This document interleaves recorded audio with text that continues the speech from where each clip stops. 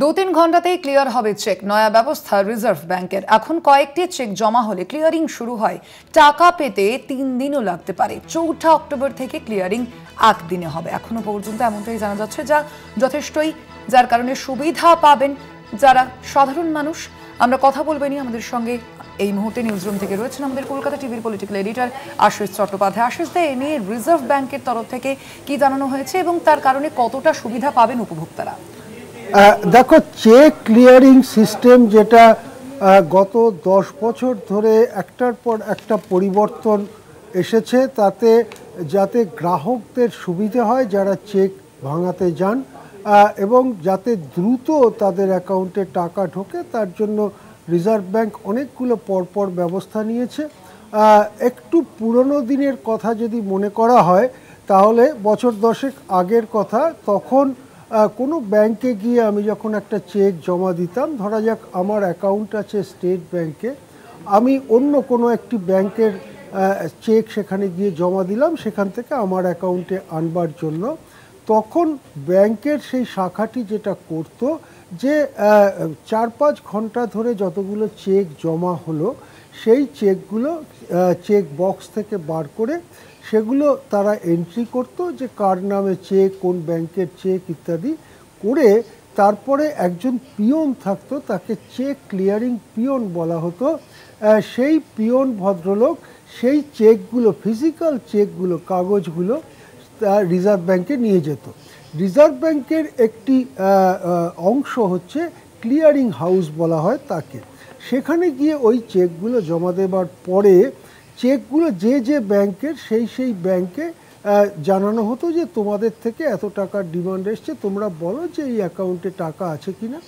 ওই ব্যাংকগুলো যখন রিজার্ভ ব্যাংকে জানাতো যে টাকা আছে, তখন রিজার্ভ ব্যাংক একটা ফিজিক্যাল ফর্মে, ফিজিক্যাল কাগজে চেকটা ক্লিয়ার করত, তারপরে টাকাটা আমার অ্যাকাউন্টে ঢুকতো।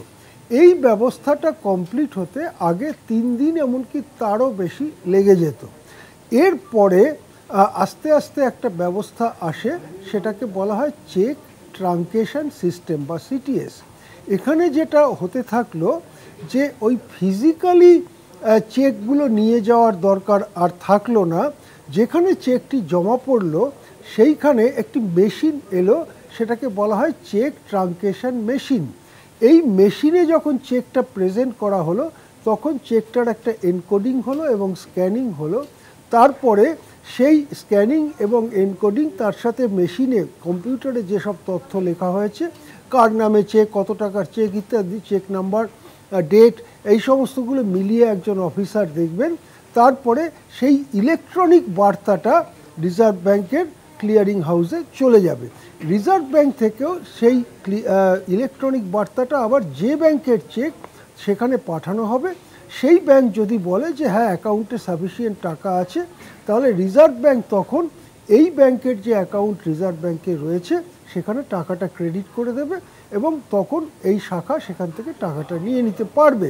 আর যদি ওই ব্যাংক বলে যে না, সাফিসিয়েন্ট টাকা নেই, তখন চেকটা বাউন্স করে যাবে, অর্থাৎ নেগেটিভ রিপোর্ট আসবে। এই ব্যবস্থাটা গত 10 বছর ধরে ধীরে ধীরে চালু হয়েছে। এতে ফিজিক্যাল চেকটা, অর্থাৎ কাগজটা, কোনো পিয়নকে রিজার্ভ ব্যাংকের ক্লিয়ারিং হাউসে নিয়ে যেতে হচ্ছে না এখন। কিন্তু যেটা করা হয় সেটা হচ্ছে সকাল 10টায় ব্যাংক খোলে, তারপর থেকে 1টা-1.5টা পর্যন্ত যতগুলো চেক জমা পড়ে, হয়তো 50টা 75টা চেক জমা পড়লো, সেগুলো একসাথে খোলা হয়।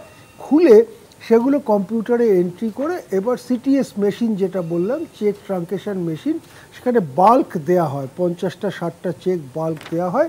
সেগুলো ঘুরতে থাকে এবং সেখান থেকে ইলেকট্রনিক এনকোডিং হয়, স্ক্যান হয়, তারপর রিজার্ভ ব্যাংকের ক্লিয়ারিং হাউসে সেই বার্তাটা, ইলেকট্রনিক বার্তাটা চলে যায়।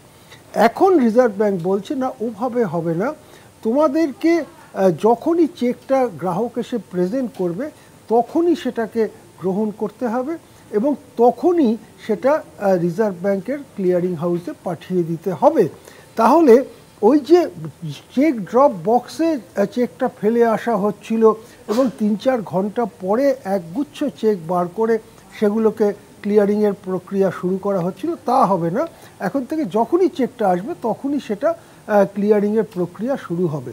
এইভাবে 4 অক্টোবর থেকে এমন একটা ব্যবস্থায় যাওয়া যাবে যেটাকে T+1 বলা হয়। টি মানে যে দিন এটা প্রেজেন্টেড হলো, +1 মানে পরের দিন টাকা অ্যাকাউন্টে ঢুকে যাবে। এরপরে সামনের বছরের 3 জানুয়ারি থেকে ওই সেম ডেতে যদি 3 ঘন্টা ওয়ার্কিং টাইম বাকি থাকে, ধরো যে কেউ 12টার সময় একটা চেক গিয়ে ব্যাংকে প্রেজেন্ট করলো, তাহলে 3টে সাড়ে 3টের মধ্যে তার অ্যাকাউন্টে টাকা ঢুকে যাবে। এটা হচ্ছে রিজার্ভ ব্যাংকের ক্ষেত্রে রিজার্ভ ব্যাংকের ক্লিয়ারিং হাউসে। যেসব শহরে রিজার্ভ ব্যাংকের অফিস নেই সেখানে SBI, state bank of India, reserve ব্যাংকের এই ফাংশনটা চালায়। সেখানে এসবিআই এর অফিসে ক্লিয়ারিং হাউস রয়েছে এবং সেই সব শহরে তখন এসবিআই এর সেই ক্লিয়ারিং হাউসে এই ইলেকট্রনিক বার্তা যাবে। এইভাবে আশা করা হচ্ছে 2026 সালের জানুয়ারির 3 তারিখ থেকে এমন একটা চেক ক্লিয়ারিং ব্যবস্থা শুরু করা যাবে যাতে 3 ঘন্টার মধ্যে টাকা ঢুকে যাবে। সেক্ষেত্রে অন্যান্য যে টাকা লেনদেনের ব্যবস্থা, যেমন ইউনাইটেড পেমেন্টস ইন্টারফেস বা ইউপিআই ব্যবস্থা, যেখানে মোবাইলের মাধ্যমে আমরা টাকা লেনদেন করি, অথবা আইএমপিএস, এনইএফটি, আরটিজিএস ইত্যাদি ইলেকট্রনিক ব্যবস্থা যার মধ্যে দিয়ে আমরা টাকা লেনদেন করি, সেগুলো তো খুব দ্রুত হয়। তার পাশাপাশি চেক ব্যবস্থাকেও অত্যন্ত দ্রুত করবার পক্ষে রিজার্ভ ব্যাংক এই পদক্ষেপ নিচ্ছে। এতে মনে করা হচ্ছে যে চেক ক্লিয়ারিংটা অনেক দ্রুত হয়ে যাবে এবং সমস্ত অর্থ ব্যবস্থার মধ্যে এই সময় বাঁচানোর ব্যাপারটা সেটা সুপ্রভাব ফেলবে বলেই বিশেষজ্ঞরা মনে করছে। ধন্যবাদ আপনাকে আশিস দা।